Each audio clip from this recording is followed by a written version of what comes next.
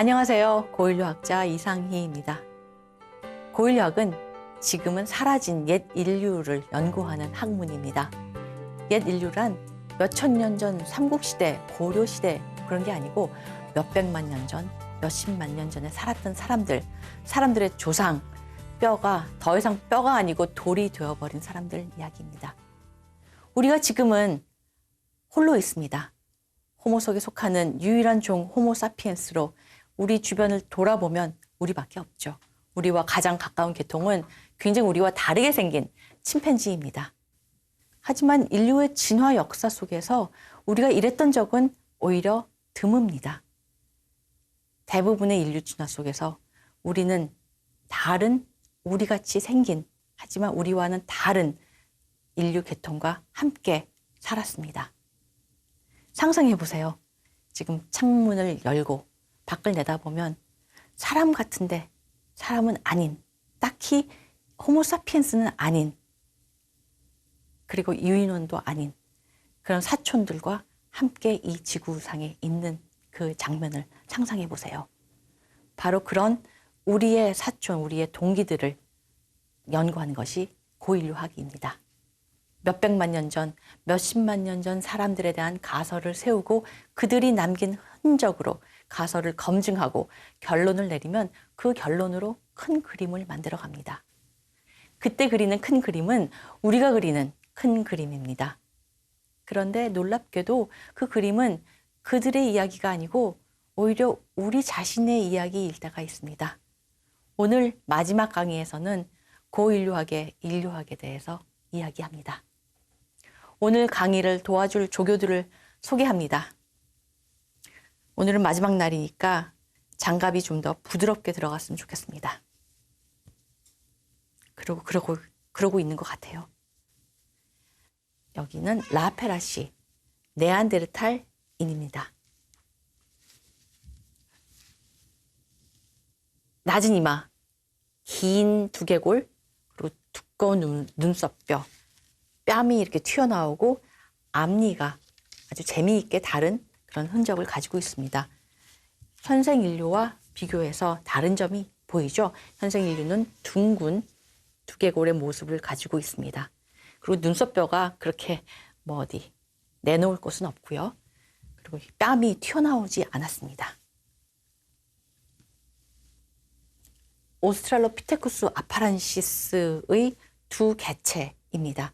여기는 AL288-1, AL288-1이라는 것은 AL이라는 유적에서 나온 288-1번째 화석. 하지만 여러분은 루시라는 별명으로 알고 있는 두개골입니다. 여기는 AL444-2, AL288-1보다는 나중에 발견된 화석이겠죠. 같은 오스트랄로피테쿠스 아파렌시스 종에 속하는 하지만 훨씬 더 큰 몸집과 두개골의 개체입니다. 네안데르탈인, 고인류학의 가장 많은 열정을 받은 주제입니다. 우리는 네안데르탈인과 현생 인류를 대비해서 과연 네안데르탈인이 현생 인류의 조상인지 아닌지 그걸 가지고 몇십 년을 논쟁을 해왔습니다. 그렇지만 우리가 네안데르탈인을 바라보는 눈은 그렇게 객관적으로 옛날에 있던 고인류 집단을 바라보는 눈은 아니었습니다.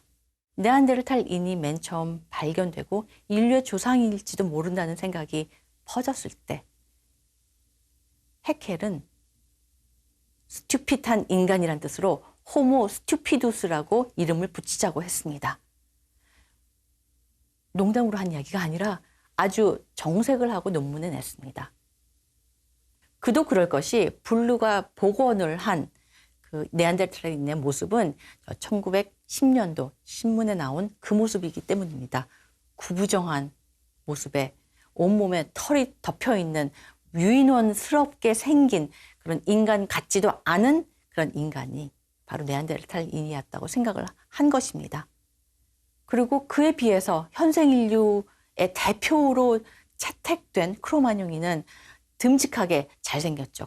꾹 담은 입과 반듯한 이마와 똑바르게 서 있는 자세도 훌륭한 그런 호모사피엔스에 비해서 네안데르탈인은 구부정하고 주눅 들어 있고 제대로 서지도 않는, 눈을 마주치지도 않는, 무릎은 구부러진 그런 모습입니다.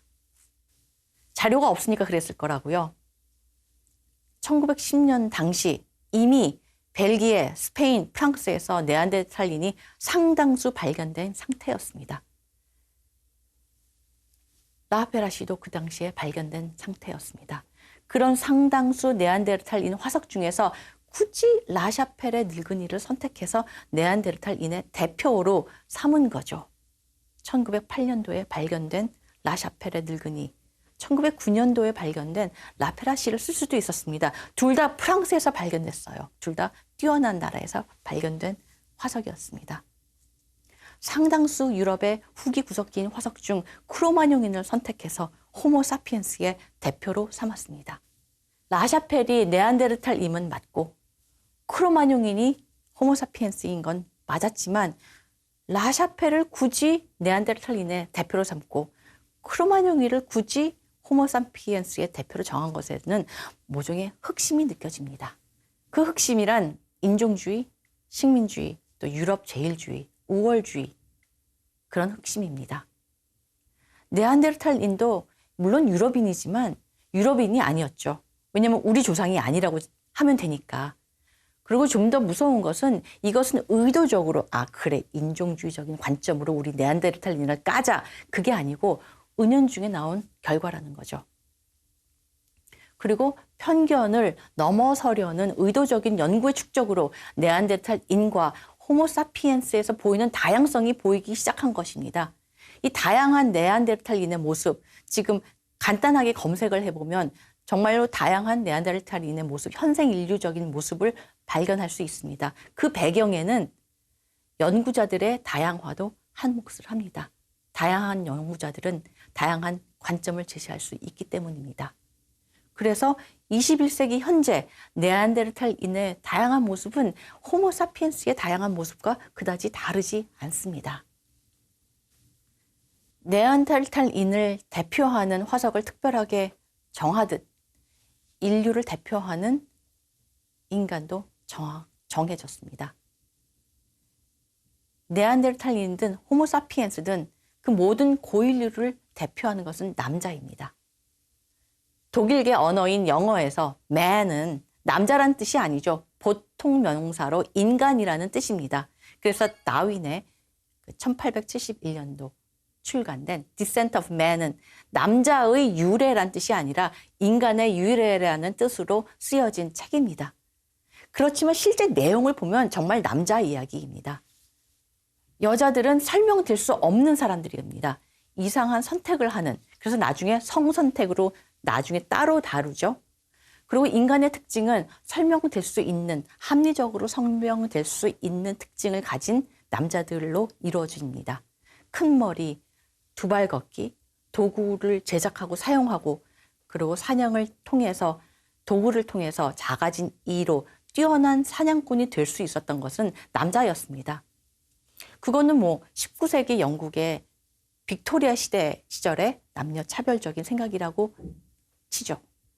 그런데 사실은 그 1871년도에 나온 다윈의 사냥 가설은 나중에 거의 100년 뒤에도 Man the Hunter 1968년도 사냥하는 인간이라는 책으로 나옵니다.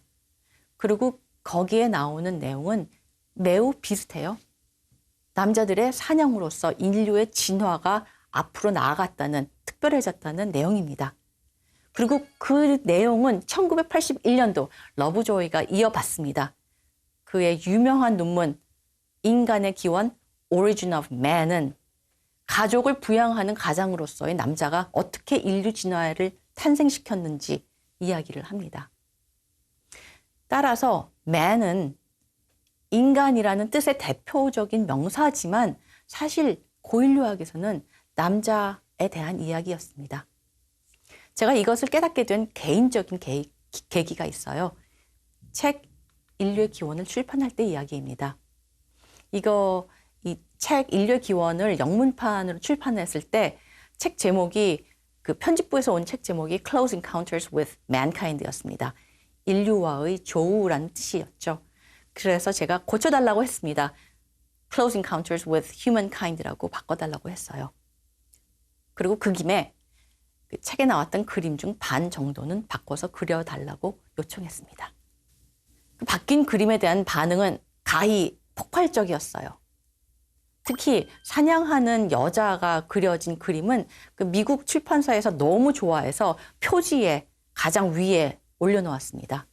그래서 제 책이 뉴욕 타임즈 신간 안내에 등장했을 때 책의 표지가 등장한 게 아니라 그 책의 표지에 나온 저 사냥하는 여자의 그림이 등장했을 정도입니다.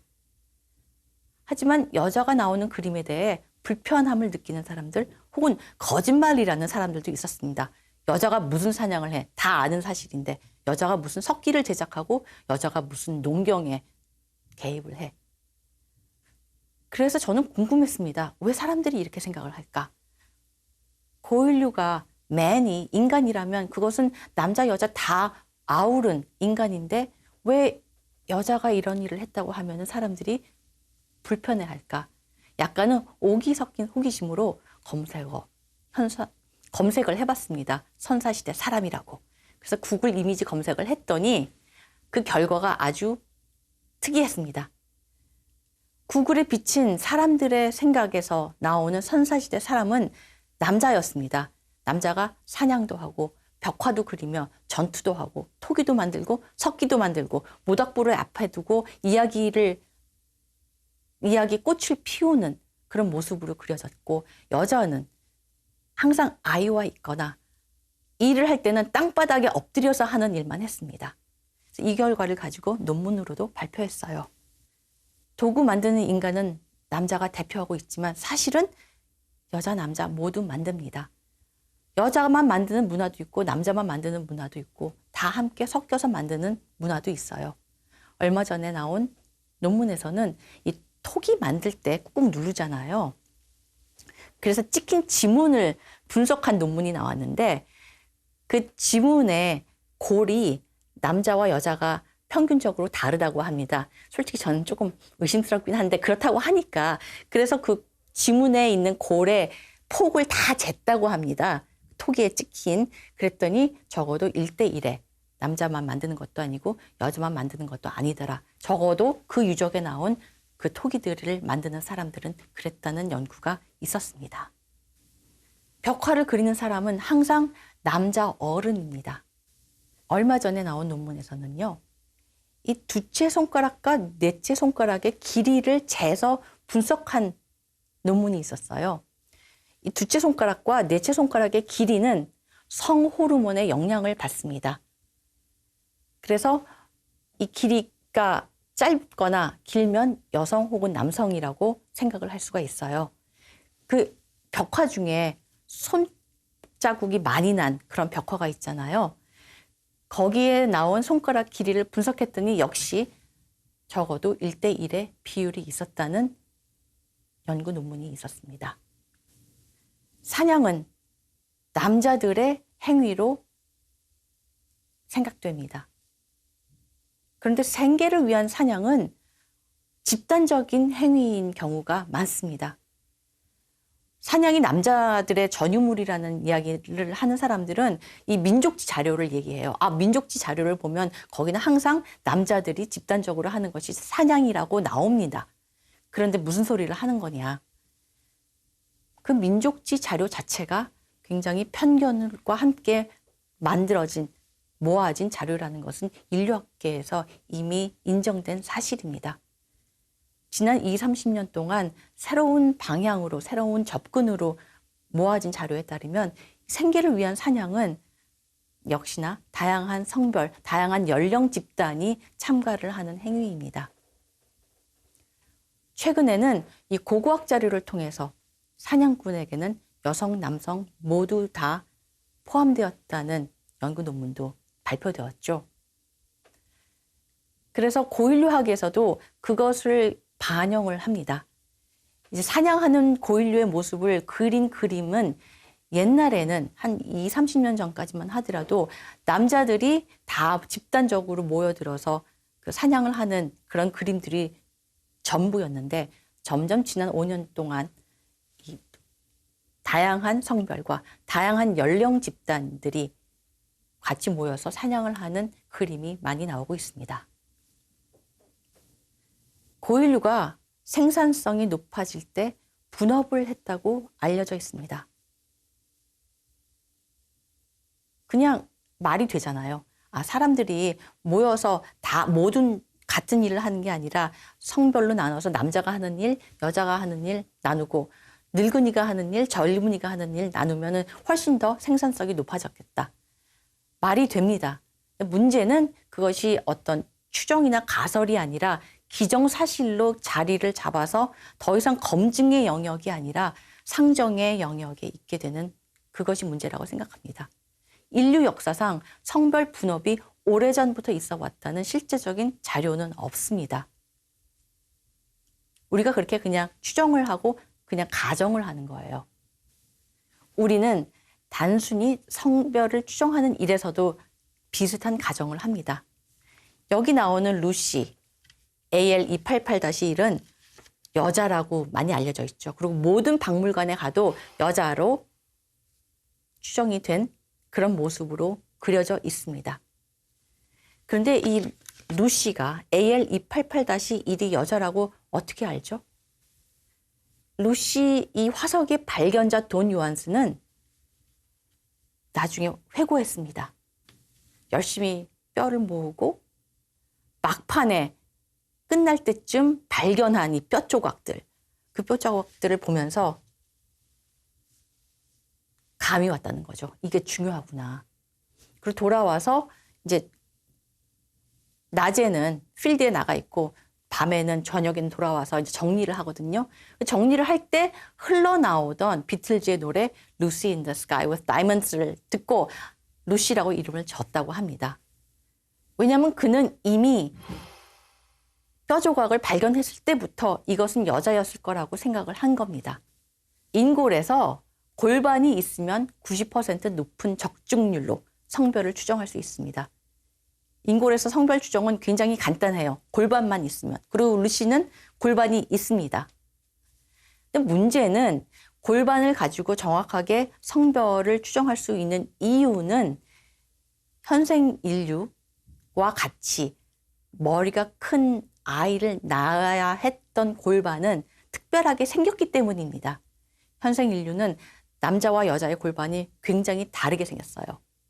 하지만 그것이 330만 년 전 골반에서도 현생 인류처럼 그렇게 큰 아이를 낳았기 때문에 남녀 구별이 되었을지는 모르는 부분입니다. 검증되어야 하는 부분이죠. 요한스는 골반을 보고 루시가 현생 인류의 골반과 같은 식으로 그렇게 생겼을 거야. 그러니 이것은 여자일 거야 라고 생각을 한 것이 아니라 단지 그냥 작기 때문에 여자일 거라고 생각을 했던 겁니다. 물론 여자가 평균적으로 작을 수 있겠죠. 하지만 마찬가지로 그 당시 그 집단에서 이것이 작은 개체였다는 것은 알 수가 없었을 겁니다. 이때는 초창기이기 때문에 아파렌시스의 화석이 많지를 않았어요. 당시에 큰 아파렌시스는 없었습니다. 그러니까 그 사람이 이 루시가 작았다고 하는 것 역시 그냥 직감적인 거죠. 루시가 발견되고 나서 사실은 가장 큰 논란이 있었습니다. 이것은 여성이 아니라 여자가 아니라 다른 종일 거라는 주장이 있었습니다. 물론 그 주장은 인정받지 못했습니다. 그리고 나중에 AL444-2가 발견됨으로 해서 과연 루시 AL288-1이 같은 종의 크기만 다른 여자일 거라는 가능성이 높아졌죠. 그리고 이 둘은 같은 종일 가능성이 매우 높습니다. 성별은 만약에 두 성별이 있으면 그중에 하나를 찍는 확률이니까 맞출 가능성이 기본적으로 50%입니다. 그러니까 이거 맞춘 거는 그렇게 대단한 일은 아닌 거예요. 그리고 중요한 점은 과학이란 결론만큼 중요한 것이 그 결론에 도달한 과정입니다. 그리고 그 추론의 과정 속에서 어떤 전제가 상정되어 있는지 검토하는 것도 매우 중요합니다. 루시가 여자아이라고 생각된 직감 속에 있는 어떤 작으면 여자일 것이다라는 그 전제, 역시 검토해야 했던 전자였던 겁니다. 루시 얘기를 조금 더 해보죠. 360만 년 전 레톨레이 발자국 화석을 보고 드디어 인간이 큰 머리보다도 훨씬 이전에 두 발로 걸었다는 것을 알게 되었습니다. 그만큼 중요한 화석이었습니다. 레톨레이 발자국 화석을 가지고 많은 사람들은 이곳을 걸어갔을 고인류의 모습을 상상했어요. 그리고 그 모습을 상상한 것을 가지고 모형을 만들거나 그림으로 만들었습니다. 그런데 그 만들어진 그림이나 만들어진 모형에는 우리가 역시나 전제로 깔고 상정을 했던 관계가 그려져 있었습니다. 가장 유명한 것은 미국 자연사 박물관에 전시되었던 이 모형입니다. 키 큰 남자가 어깨를 감싸 안고 이 작은 여자를 보호해주는, 두려움에 떠오는 여자는 주변을 두리번거리고 남자는 앞을 바라보면서 오빠만 믿어 하는 느낌의 이 그림은, 이 모형은 그 뒤 큰 비판을 받았습니다. 오스트랄로피테쿠스 아파렌시스가 저러고 걷지 않았을 거라는 보장은 없지만 여하튼 저러고 걸었을 거라는 이 상정 속에는 우리의 관계가 들어가 있는 거죠. 우리가 생각하는 어떤 남자와 여자의 관계가 이 360만 년 전 고인류를 상상하는 그 그림에서도 나타나는 겁니다. 제 강의를 도와준 조교들, 화석 모형들은 우리가 아르디피테쿠스 라미두스, 오스트랄로피테쿠스 아파렌시스, AL288-1, AL444-2, 파란트로푸스, 이름도 어려워. 저도 어려워요. 이거 전공하는 피테칸트로푸스. 이렇게 어려운 이름을 가지고 있는 화석종에게 이름이 아닌 얼굴을 우리에게 줍니다. 그리고 우리는 상상을 하게 되죠. 그래서 이들이 그냥 막연한 이름이 아니라 우리와 함께 살았을 수도 있는 그런 조상인 혹은 사촌인 집단이라는 것을 알려주게 해줍니다. 그런데 중요한 것은 이들이 이 화석종에 속한 모든 개인을 대표하지 않는다는 겁니다. 네안데르탈을 대표하는 것이 그 라샤펠의 늙은이가 아니었듯이, 하지만 라샤펠은 네안데르탈인이었어요. 하지만 네안데르탈인에게는 라페라시도 있고 지브롤털도 있고 앙쥐도 있고 크라피나도 있습니다. 필연적으로 화석은 부분만 남아있게 됩니다. 그 조각에서 그 남아있지 않는 부분은 우리의 상상력으로 채우게 됩니다. 그리고 그 상상력으로 채워진 부분이 어떤 거는 가설이 돼요. 그리고 검증이 됩니다. 하지만 그 채우는 풍부한 강력한 상상력에 우리의 모습을 그냥 검증하지 않고 전제처럼 깔고 들어가는 것은 아닌지 성찰할 필요가 있습니다. 고인류학의 역사에서 빼놓을 수 없는 인종주의, 제국주의, 성차별의 유산을 인정하고 청산하려는 노력을 미국의 고인류학계에서는 꾸준히 하고 있습니다. 고인류학은 더 이상 살고 있지 않은 수백만 년 전, 수십만 년 전 인간의 조상을 연구하는 학문입니다. 우리가 어디에서 왔는지 이해하기도 해주지만 우리가 지금 어떤 렌즈로 그들을 바라보는지 우리 자신을 볼 수 있는 거울이기도 합니다. 10번의 강의를 통해 저는 제가 생각하는 고인류학의 주요 포인트를 여러분께 소개하면서 저도 참 새삼스럽게 신선한 눈으로 인류의 진화를 바라볼 수 있었습니다. 그런 기회를 주신 여러분께 감사드립니다. 고인류학은 하루가 다르게 새로운 연구가 나오는 역동적인 학문입니다. 앞으로도 계속 관심을 갖고 새로운 발견에 대한 기사를 읽으면서 고개를 끄덕이시면 좋겠습니다. 그동안 함께 해주신 여러분 감사합니다. 저는 다른 기회로 또 찾아뵙겠습니다. 안녕히 계세요.